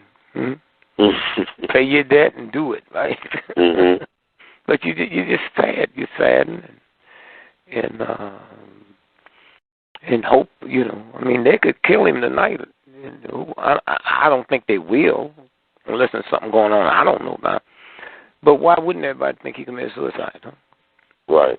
I mean, it's an easy setup. I mean, if he already depressed, clinically depressed, whatever. Yeah. Getting treatment. I mean, it'd be easy to say, it just overwhelmed him. Yeah. Like, even God. And then you think about the children, man. He got 2 children, and I don't know their ages, but you can imagine who's going to take care of them while they in jail, right? So you say they are going to jail. They doing some time. Oh, they're going to do some time, yeah. They're going to get a pardon probably by President Obama towards the end. No, he can't be that bold, son. Not even towards the end of his second term, he can't do it. He can't. I'm telling you, he can't be that bold. Come on, I wouldn't, and I know Jesse. I know Jesse. There's some people, but that's why you wouldn't know Jesse. They haven't got Obama to agree to a pardon for Jack Johnson.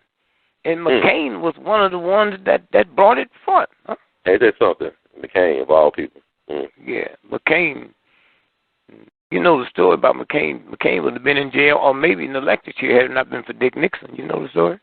No, I didn't know it. Wow, he killed a lot of people. He was the worst traitor since Benedict Arnold. When he was captured over in Hanoi, he told on everybody, man.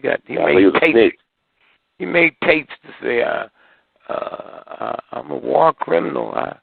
I dropped bombs on schoolhouses and killed children and women. That was him. He wasn't lying, but but to show you how the good old white boy hangs out, none of them talk about it. When they debating it, man, the debate get hot. They never call it Democrats nor Republicans. That's that old white boy thing, huh? Well, he been born in this country. He was born in Panama, and also he's a traitor to the country. And they always talk about Obama not being born here and being a traitor. Yeah, but that's white privilege. That's white privilege. That is white privilege. Well, speaking of Obama, I know a documentary came out last year, Dreams from Our Real Father, that said that Obama's father, Senior, is not really his real father, but it's another guy who's a socialist. They had roots in Chicago. Do you buy any of that at all? Oh, I don't know, but shit, my daddy might not be my daddy. I mean, they got to what say,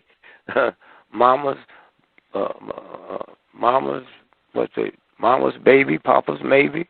They pull all that up on you when they want to. But you see, he was a socialist. They don't just stop and say this ain't his daddy. His daddy was a socialist. And I don't understand why white folks be hating up on the way they do. His mom was white, so at least like 50% of him. I guess 50% enough of the country liked him enough to get him elected again. So, well, and also I go ask you too, people never say. I said 50% of the country liked him enough to get elected. Over 50%, I guess. Liked him enough. They deal with him enough. Suppose he didn't get elected. That's true. Suppose I was like, Chicago, they know how to steal elections. Oh yeah, like Farrakhan said, he was elected before he was elected. I agree with that. Chicago is a gangster city. And also I would say, why not Chicago bring back Larry Hoover and Jeff Fort? It seemed like they could control the gangs better than the city can. Well, they was government agents too. Jeff Ford and them, they was picked by Dr. Beadle at the University of Chicago through the government. All that nothing but trickery, man. So everything is just a game. I was there. If you get the book, Committee of 300, page 86. He's a former British intelligence M16. Page 86, he talk about how the Bloods and the Crips was put together at Stanford University. It's a game. These are games they play. Committee of 300. I mean, Stanford also is involved in eugenics, right? These guys was involved in helping Hitler, all them guys understand how to do eugenics, right? Yeah. And also, the University of Chicago. University of Chicago, out of Stanford, and University of Virginia. No, the big one, the book on eugenics. That was University of Virginia. They took that book and used it word for word. They didn't invent that in Germany. They invented it right here at University of America, boy, nothing like American genocide. It's just like everybody talking about the constitutional right to carry a gun. And they keep quoting it. The constitutional right happened in South Carolina.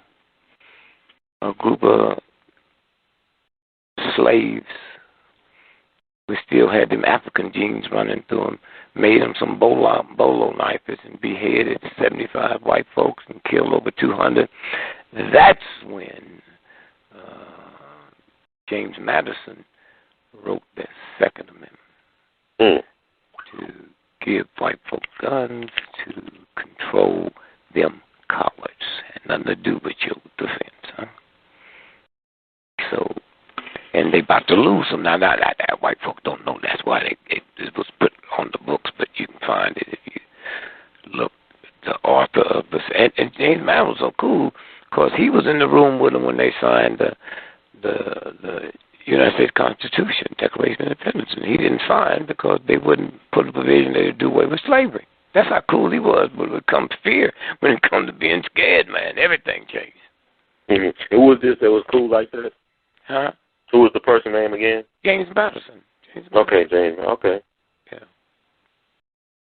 And I want to ask you one more thing. I know at Rosa Parks they're going to do a tribute to her coming up this week.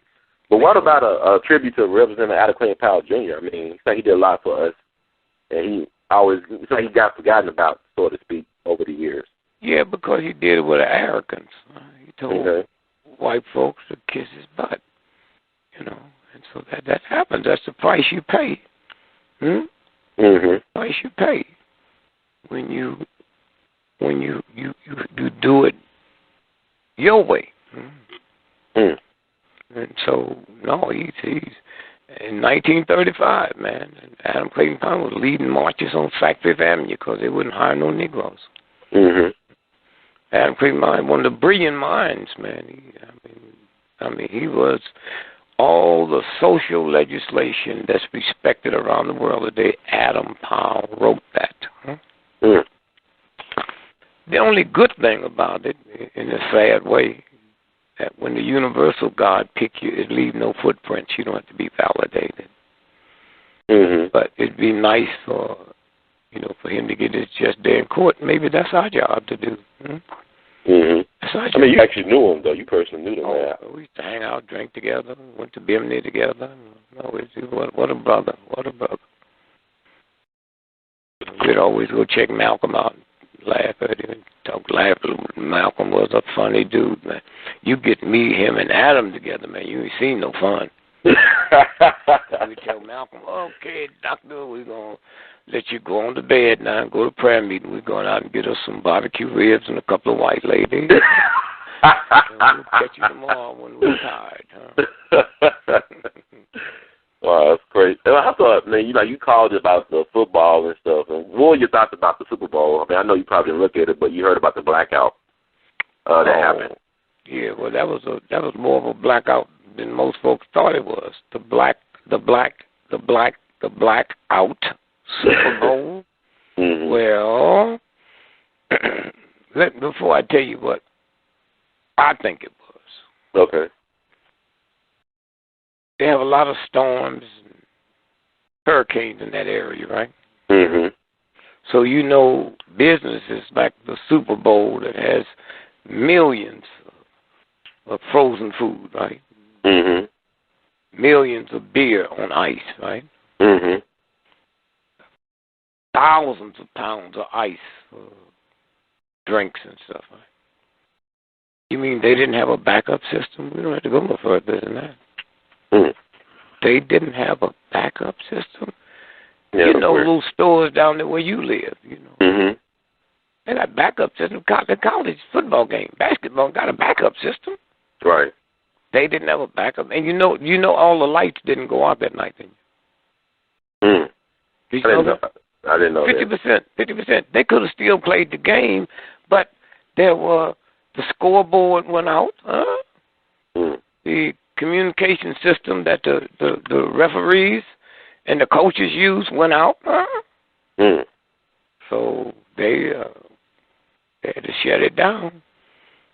And so my son called and said, "Dad, who do you think I should bet on tonight?" I said, "We'll say two prayers. Pray to Jesus and then pray to the mob. One of them going to win."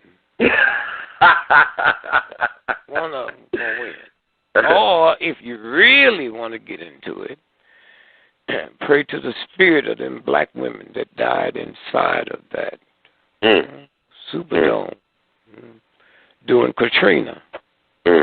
Pray to their spirit. This is the first Super Bowl they've had since then. Now, let's look at it. We found out the blackout didn't happen from inside, right? Mhm. Well, where are their spirits? They somewhere, but you know they ain't there. Mhm. Did you know Beyonce, she did 29 minutes. The light stayed out 33 minutes. Mhm. You know when the lights came back on? Central Standard Time, 9/11, 9/11. Wow. I didn't think about that. Tell me about the sisters. Tell me about them sisters. And I dare you to have another one here. The way you treated us in this building. Oh, but you didn't know who we were. You know now. You know, you spend millions of dollars trying to find out what happened, and you can't. We did it. That's like the hurricanes is nothing but the spirit of the black women, black slave women that died on the trip. All hurricanes, that's why they call her, it's a black woman. All hurricanes started West Africa, the very spot where the slaves was put on the ship. All hurricanes stay on the water and follow the same path that the slave ships followed. No slave was offloaded the ship till it got to the Caribbean. No hurricane jumps above water till it get to the Caribbean.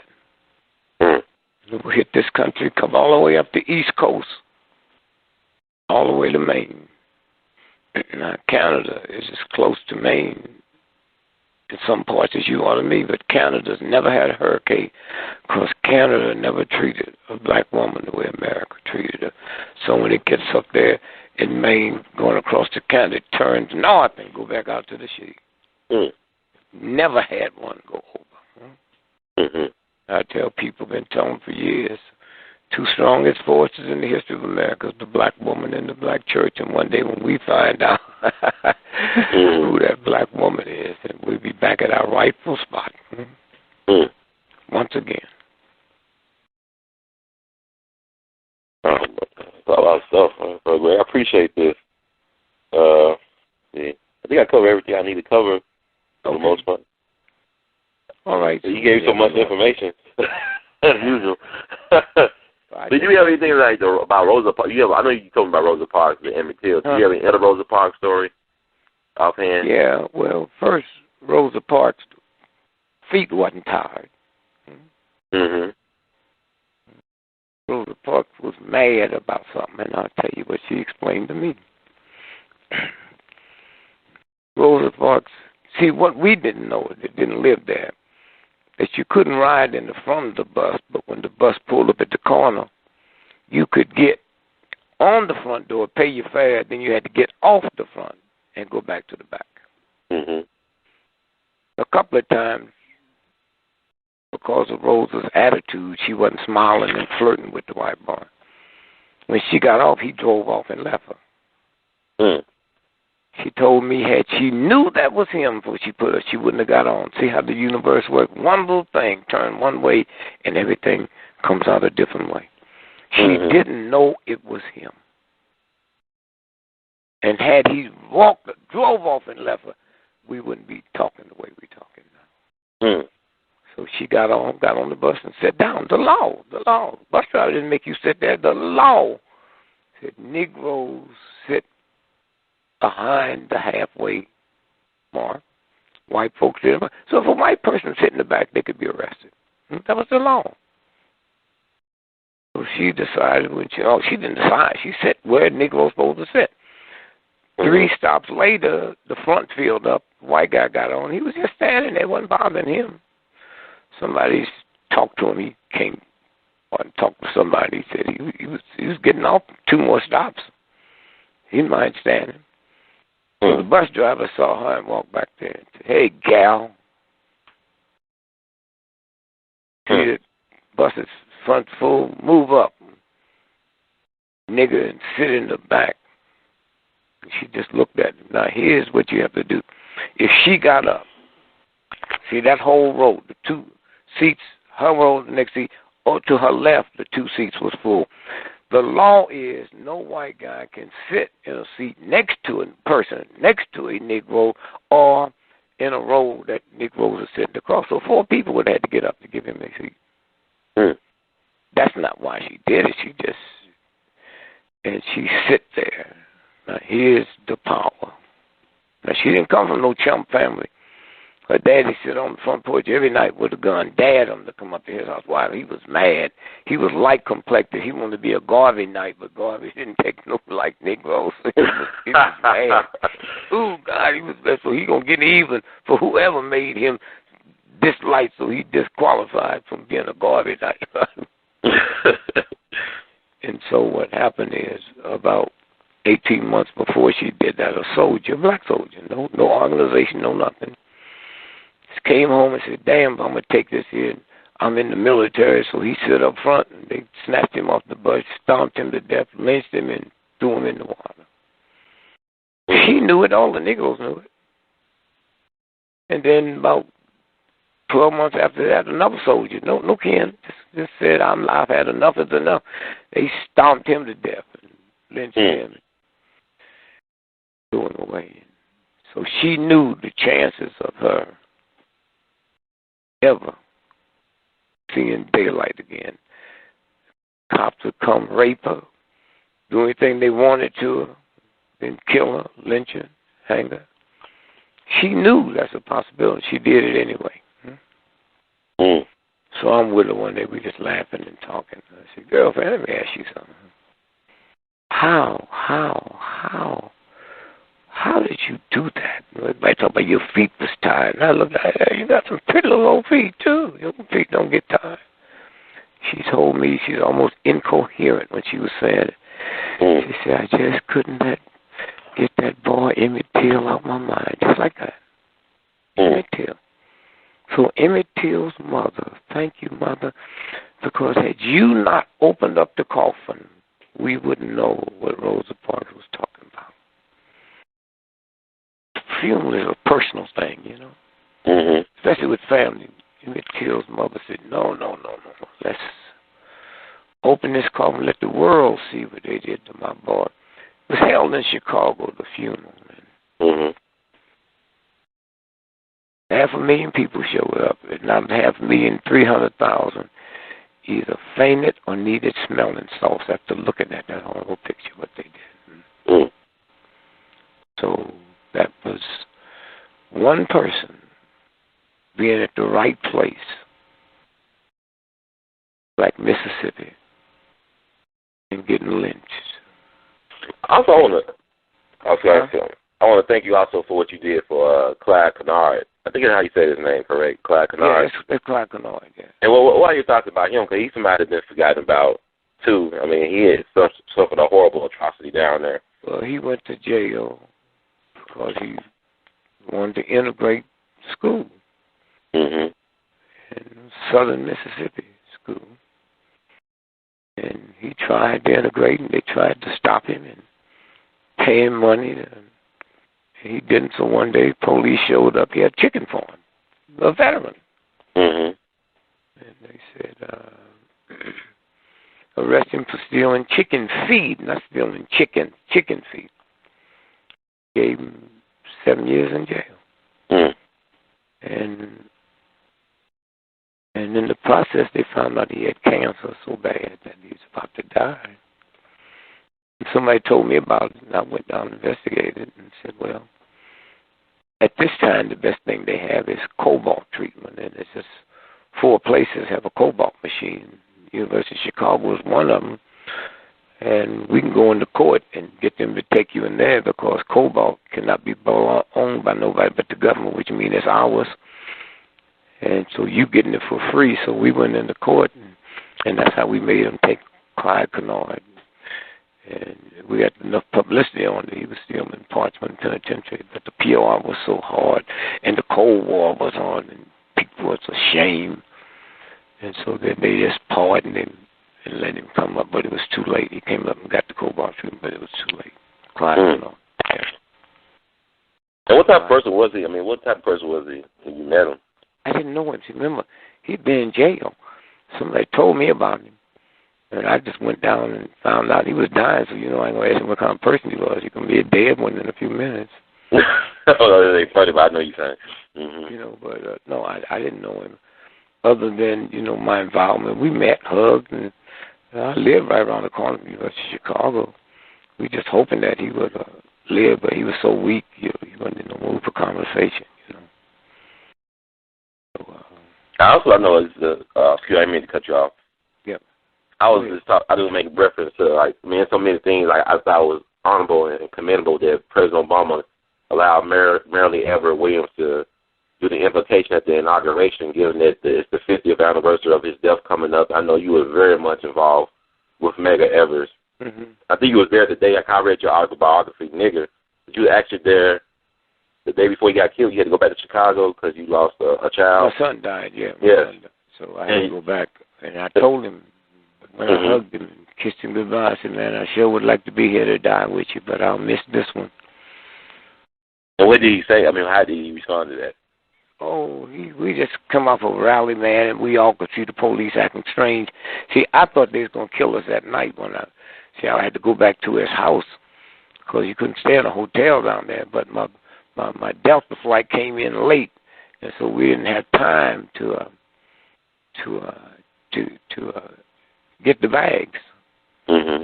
And so we left them in the car. We didn't have time to take them back to the house. And the rally was packed, man. You could see those white folks, them sheriffs, and them smirky glens out there. I think they're going to take us down tonight, doctor. I think they're going to get us. And that's when my wife called the church and told him to call home. And he came to me, and I said, well, man, I'm keeping my eye on these cops. I think they're going to throw a bomb in here. But he knew my son had died. He just didn't want to tell me. No, she said, so your son's real sick. I said, I can't help him. She said, go ahead, call home. Your son has just died. I said, well, I can't save him. He's dead. We talking about liberation. We talking about this church being blown up. So then after it was over, and my son not died, I went back home with him. And that's where Della Becker was waiting to gun us down. And the only reason it took Della Becker so long to be prosecuted because he didn't have no money, and the way he got his $50,000, President Kennedy, out of all the pieces of land in the world to buy, he decided he would buy that piece of his land to build a post office on. Mm. Yep. And so that's what it's about. Did you go to his funeral? You were able to go to his funeral? Oh, my God. That's my bosom partner. Mm-hmm. Yeah, did I ever? And then, is it true that they did not allow Dr. King to speak at the funeral of the NACP? Is that true? Or? Oh, I didn't. I didn't know none of that was going on. I had no idea. Mm. And also, I want to ask, I know I'm going to let you go. I'm sorry, you got somebody, like Dr. T.M. Howard, what are you, I mean, I know you know him, because, I mean, what are your thoughts about him? Why he's not better remembered today? I mean, he did a lot of things for people, for us as a people. I didn't hear the name.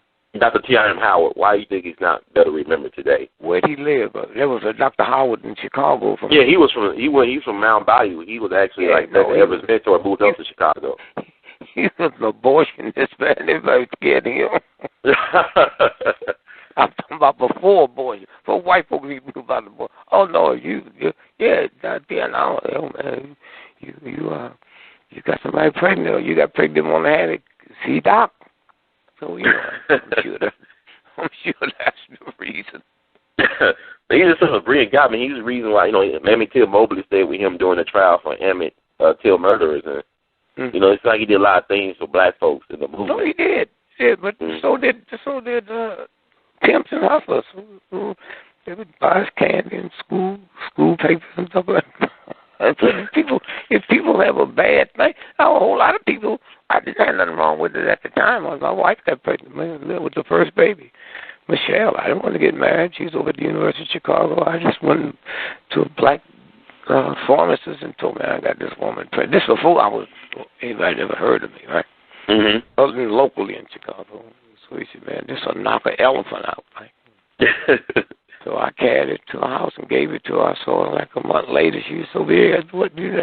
I didn't say I was going to take it. What? So